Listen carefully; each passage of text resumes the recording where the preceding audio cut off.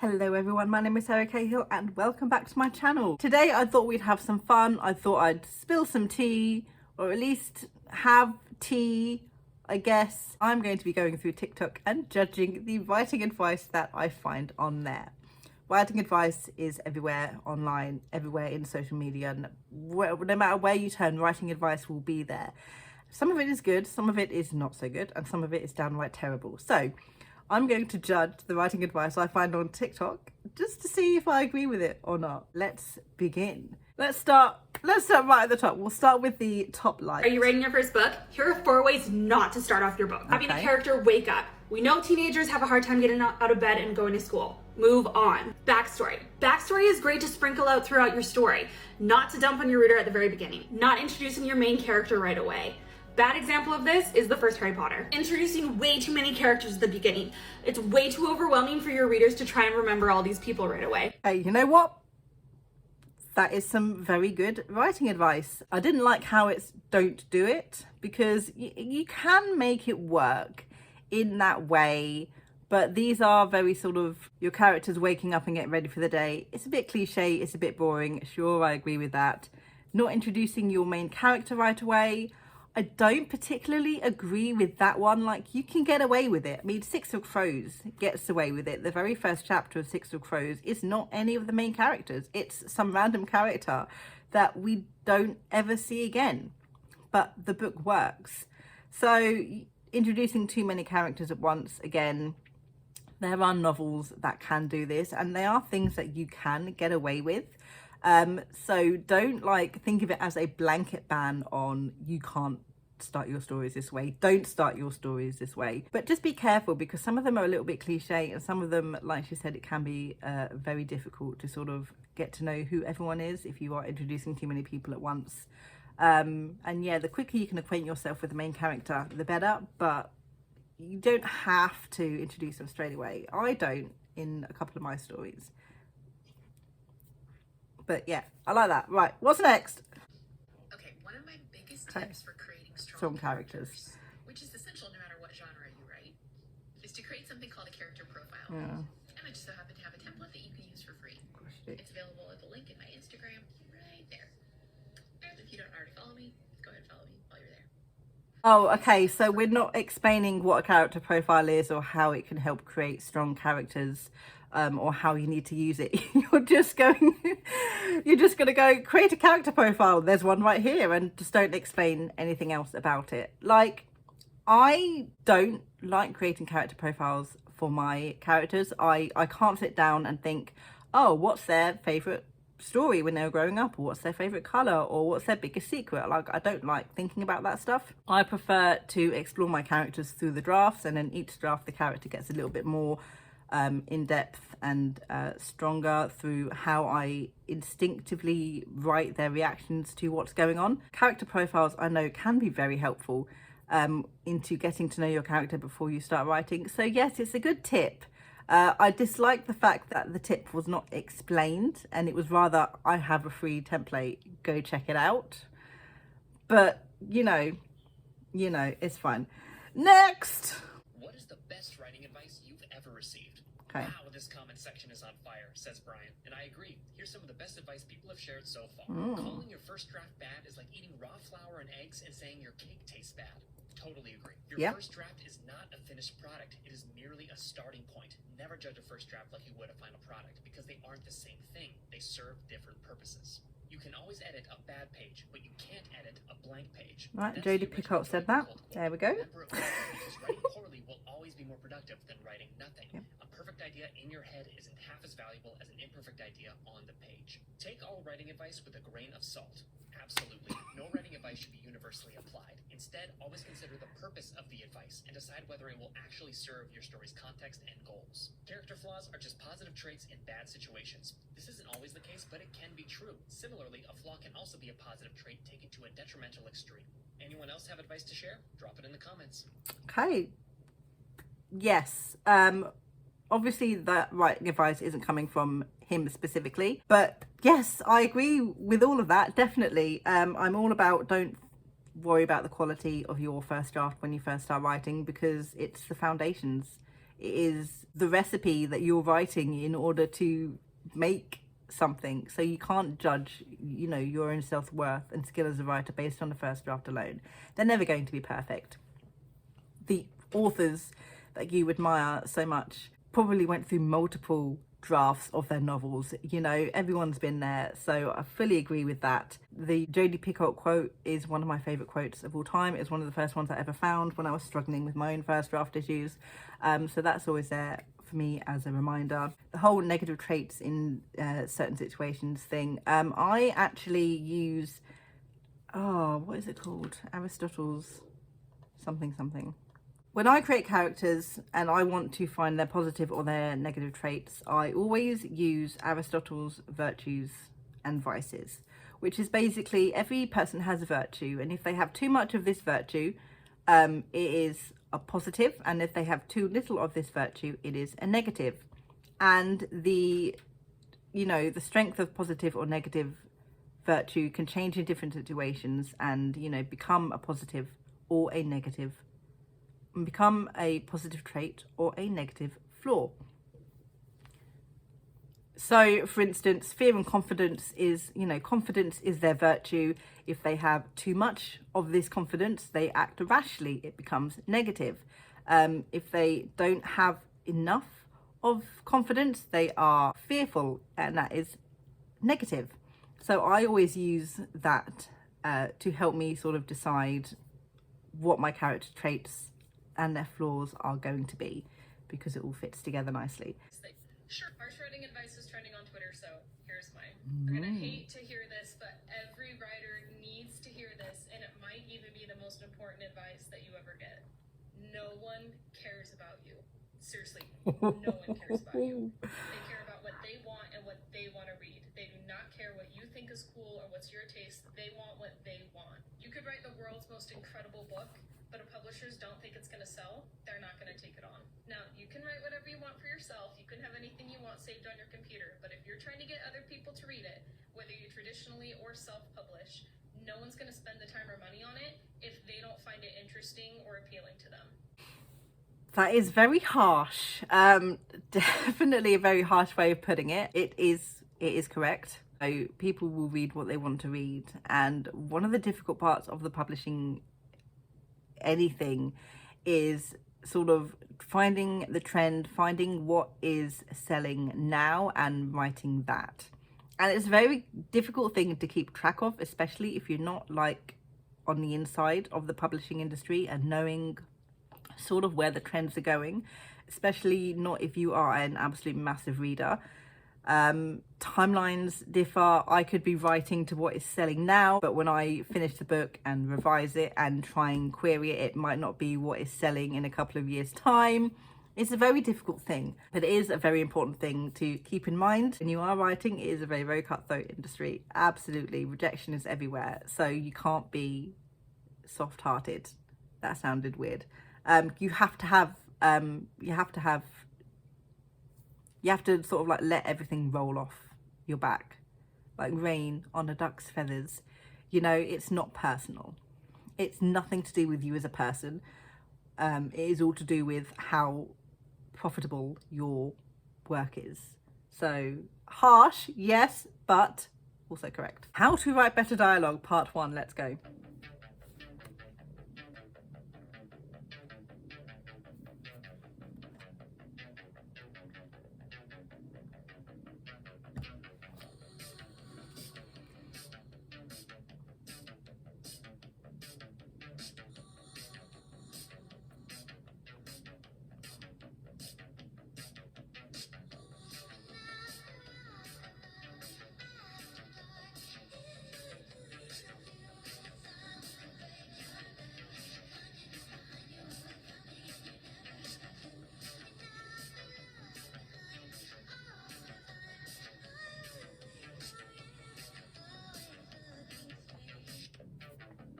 Okay, yes, don't write dialogue realistically. You need to have realistic dialogue in your novel, obviously, but it can't be realistic dialogue, because then you'd have ers and ums and ums and long pauses and things like that, which no one wants to read at all whatsoever. Does every single piece of dialogue have to further the plot? Not necessarily. Every piece of dialogue, or every conversation, I should say, should have some intrigue in it, whether that is furthering the plot somehow or whether that is letting us know a little bit more about the characters. Those are the things that you need to focus on in order to keep the reader interested in what is going on. And sort of casual small talk is not going to keep your reader interested. So yes, focus on revealing information, whether that is about the plot or about the character in sort of each scene that you have. And yeah, your writing dialogue should go a little bit easier.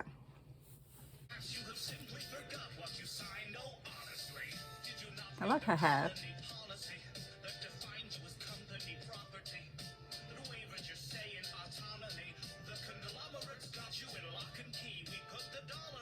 Okay, so obviously this is more show versus tell, or show don't tell. I have to be honest, like that first tell that they had there, the don't do Tyler was hot-headed without manners, and instead do show. Tyler was hot-headed without manners works for me. I would accept that, especially if you are doing sort of like first person POV, where it is more natural for the POV to be explaining things like that. It is their opinion on the character. So for me, that specific example works both as showing and telling. Which is a little bit weird, but generally showing us how the character acts and how the character feels is more immersive than telling us how the character is acting or how the character is feeling. Sometimes you can get away with it. Obviously don't show all the time, because then you've got too many words in your book and everything is so descriptive and it is a struggle to get through. So you can tell some things, but either too much or too little of, but you know, too much showing is bad, too much telling is bad. So you want like a healthy balance of both. Here's a quick writing tip to make your writing a lot better.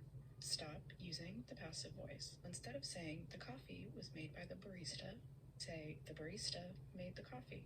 Keep the focus on the subject and it'll sound a lot better. It's a small change, but it can have a big impact. Here's a quick writing tip. Okay, I'm not going to disagree with that, but I am the type of person who always forgets what passive and active voice is. I always forget how to do passive and active voice, and I don't ever notice passive or active voice when I write, and I don't notice it when I read. That is something that does not bother me, because I can't pick it out, and if I can't pick it out, I'm not going to worry about it. It's not terrible advice.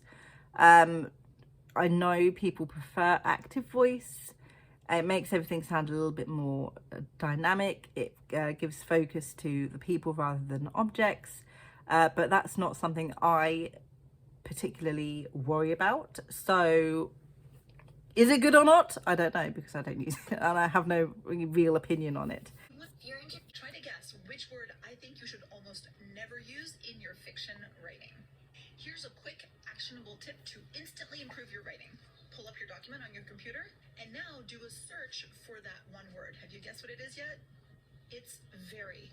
Using very to qualify an adjective feels very lazy. Try to replace the instances of very with a more detailed, in-depth description of the thing, feeling, or situation, or use a more accurate word. Instead of, she felt very sick. Oh, and by the way, I'm not a huge fan of felt or feel either. You could write, her stomach roiled. The bile rose in her throat.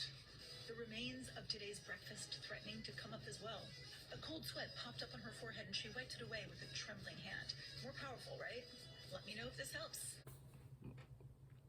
So she's talking about filler words. Filler words are sort of unnecessary words. They're sort of precursors to telling, I guess. Things like felt, thought, very, just. 100% agree. The more you can sort of take away all of the filler words. So instead of she felt very sick, she felt nauseous. She thought that was impossible. Instead, just, you know, whether italics or not, depends on how you prefer writing. wasn't that impossible to sort of get rid of all of those unnecessary words. The example she gave in regards to she felt sick, and the example she gave afterwards, too descriptive for my personal tastes. She felt nauseous. I would have written instead, that was too much description for my taste. But yes, absolutely.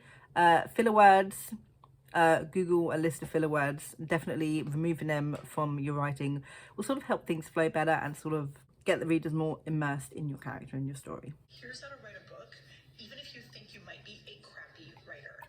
First of all, don't compare yourself to others who write pure poetry. Also, don't worry about writing a book. That puts too much pressure on you. Focus on telling a story. You can do all the poetic shit later. Start with an outline and you can keep expanding on that. If you feel your writing's too simplistic, check out the snowflake method.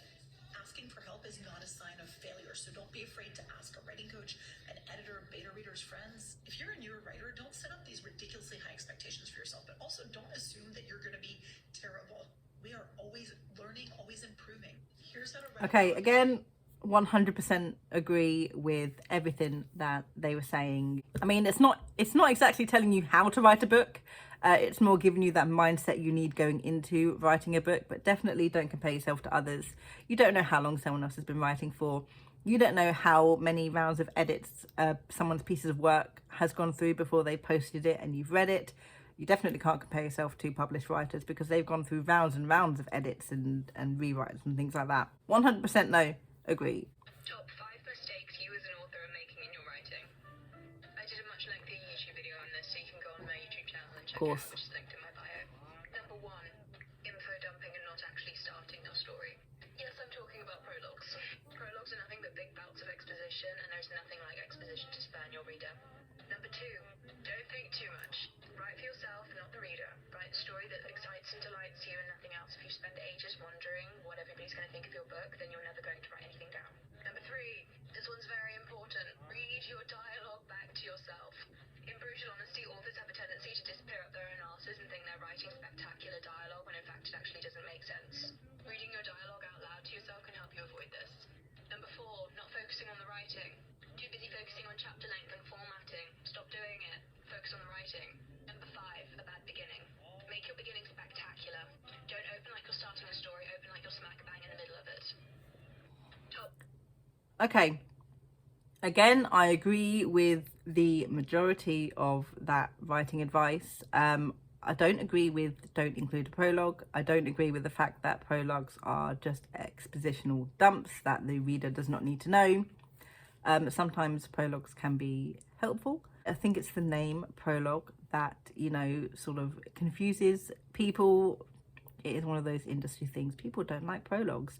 So I renamed the prologue of one of my novels to Chapter 0 because that's not a prologue that way. But yeah, you can have a prologue without having any exposition, without having to fill it with things that you think the reader needs to know before they start writing. My prologue, my Chapter 0 that I used had nothing to do with the main characters, but was very important sort of to introduce the themes and the sort of atmosphere of the plot and to sort of help with a twist that happened at the end of the novel. So they can work, just be very, very careful if you choose to use them, how to use them. But yes, everything else on there, absolutely 100% agree with. Okay, I am quite disappointed with this writing advice.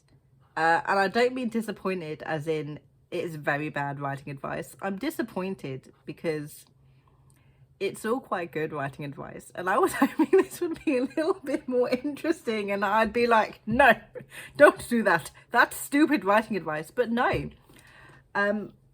most of it is quite good. And most of it obviously is because I am, you know, looking at the same 5 or 6 people who sort of know what they're talking about. You don't need to tell us your character's hair color or their eye color, or the shape of their nose, or cheekbones, or any feature in particular, unless that feature tells us something about their personality, their background, or the world they inhabit. Because readers are really good at filling in mundane physical details like hair color and eye color. So focus less on predictable visual details and more on unexpected details that reveal the character's personality. Details like their homemade earrings, the scar that splits their left eyebrow, the smell of chlorine in their hair, or the guitar string calluses on their fingertips. You don't... I complained about not getting writing advice I can complain about, and then I find some I can complain about. There's nothing wrong with describing your characters. You don't need to go into massive detail. You know, I agree that you don't need to describe like their cheekbones or the shape of their face or, you know, how big their lips are. I don't do eye colour. I find it pointless. Most people in the world have brown eyes. That's just a fact. Just like most people in the world have brown hair. Unlike most people in the world. But there's absolutely nothing wrong with describing the colour of their hair in general situations. There's absolutely nothing wrong with it at all. Obviously, someone's brown hair doesn't have anything to do with their personality. It doesn't matter. It can be a throwaway line. She pushed her brown hair behind her ears. Done. It helps the readers visualize what your character looks like. There is nothing that I hate more in a book than reading a book and having no description whatsoever of the character and forming my own idea in my head of what this character looks like, and then finding out 100 pages later they've got red hair and I've been imagining them with brown hair. Absolutely despise it. So it can be a throwaway line in regards to the colour of their hair, you know, the colour of their skin, but it needs to be there. Personally, no matter how mundane it is, even if it has nothing to do with the character's personality or their background or their world, it's still worth describing because there are a lot of readers out there who want to know.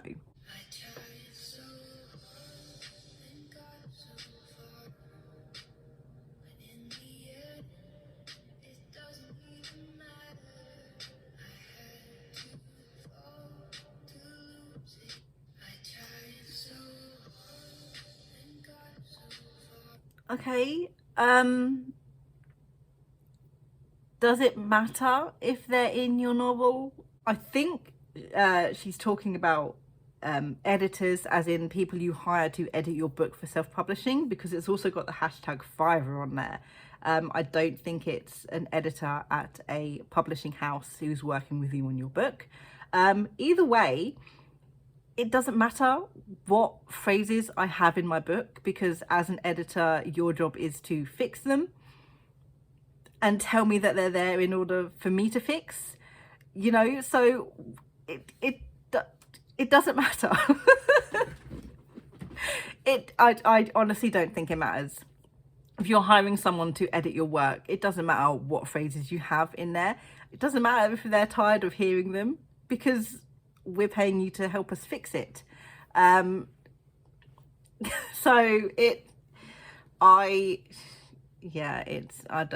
you're tired of reading it, okay, that's fine. I'm not going to go out of my way to get rid of those phrases just so you don't have to read them, because I'm paying you money. This might be a bad take, but personally, yes, that's what I believe.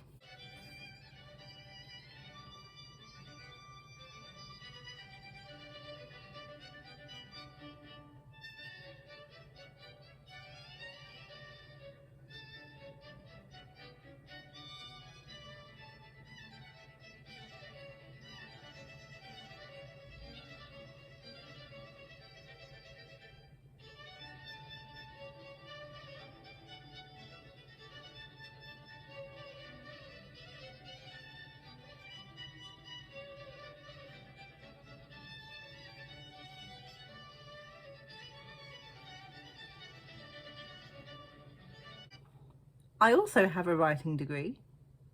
It's like 12 years old now, but that's not the point. Yes. Definitely there should be some sort of conflict within each chapter, or at least some sort of interesting point.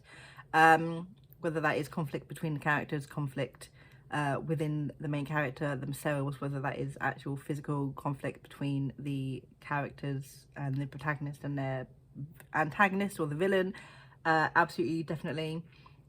filler scenes, don't worry about filler scenes. Filler scenes are scenes which are in there but serve no purpose for the plot and serve no purpose for the character's arc in regards to the plot. While, you know, filler scenes are not be all end all, there has to be something interesting. There has to be something that, you know, helps the reader understand the character better, understand their motivations better, finding out a piece of information. Something has to happen to move either the plot or the character arc along, but it can be as mundane as you want it to be.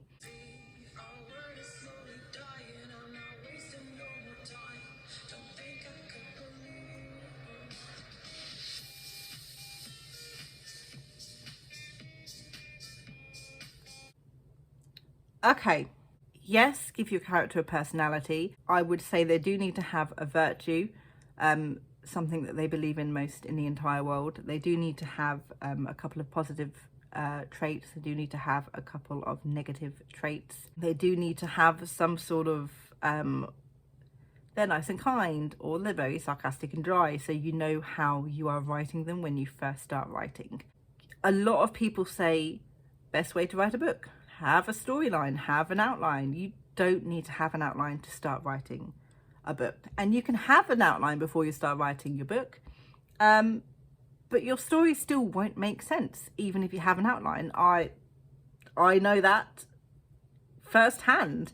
I write many outlines, and even though I have an outline, there's still certain elements of my story that does not make sense. And there are still plot holes, even though I've outlined everything and I thought there were no plot holes, but there are.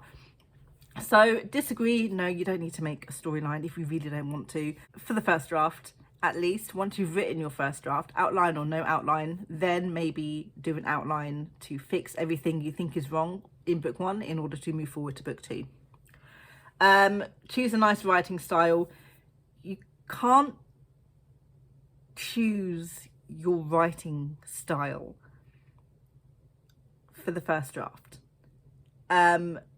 I think it's weird. It's phrased like, choose your writing style. Like, would you like to be poetic? Would you like to be flowery? Would you like to be, you know, nonsensical? Would you, you know, can you choose a writing style? Like, don't focus on writing style for the first draft. Don't do it, because then you'll sort of be forcing yourself to write in a specific style while you're still trying to hash out the story, and it's just going to take longer to get the story out. So don't focus on the writing style. Your writing style will come out naturally as you write the story, and then it will sort of solidify as you move on to rewrites and revisions in draft 2. And once you've gotten a feel for the story and sort of like the atmosphere of it, then you should start naturally writing in the style that fits the story that you're trying to tell. Everyone, today I'm giving you my top 5 tips of how to write a book. First off, no idea is original. It's okay if your book is just a blend of what you love. It's what you do with an idea that's original. You need to let ideas sit to make sure you can dedicate years of your life to working on a project. Brainstorm, make a Pinterest board, whatever you want. And once you commit to an idea, you need to outline. If Save the Cat confuses you, you need more time to brainstorm. If you wait for the writing muses to hit you, you'll write maybe 2 days a year. Writing is hard, but you have to do it. Write even when you don't want to. And finally, finish the first draft. It's okay if it sucks. Everybody's first draft sucks. But you can't edit a blank page. And if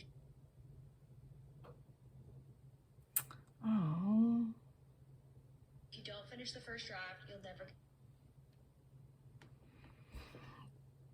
Okay, so my iPad stopped recording because I have insufficient storage on my iPad to continue recording. So that's going to be the last TikTok we look at. Again, majorly, I agree with all of this. No idea it is original at all whatsoever. There is no point in trying to come up with an original idea. Thor and Cars are essentially the same basic storyline. So is Star Wars and Harry Potter, apparently. So don't focus on trying to make your story as original as possible. Don't try and focus on making it different from everything you've ever read.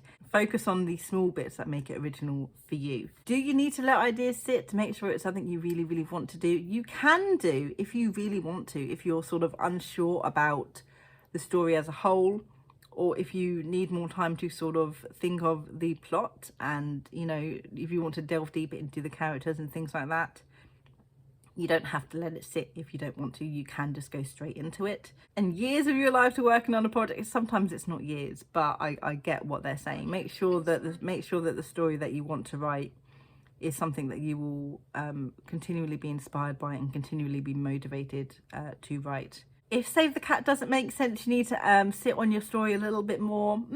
No, I wouldn't call Save the Cat the best craft book of all time. I would not say that if you are a little bit confused by Save the Cat, you need more time to sit with your novel at all.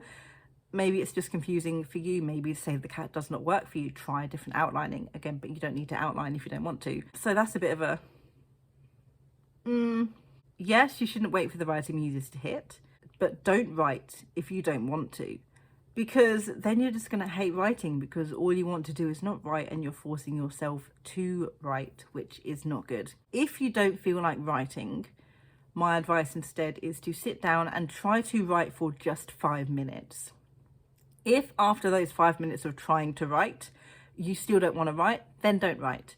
You might have written 5 or 10 words in that time. It's still progress, but forcing yourself to write when you really, really don't want to is not a very good thing. It can affect you very, very negatively. So yeah, don't always wait for the writing muses to hit, but don't force yourself to write if you're really, really not feeling it. Right, so we have to be done because my stupid iPad ran out of storage. So, I'm pleasantly surprised by the writing advice I found on TikTok, at least actively looking for writing advice, I should say. Everything at the top that I first started going through, yeah, a lot of it made sense. A lot of it was good. A lot of it was more focused on the mindset rather than physically writing a book. There are some ish which is a little bit skeptical. I think the phrasing of some helped towards making it a little bit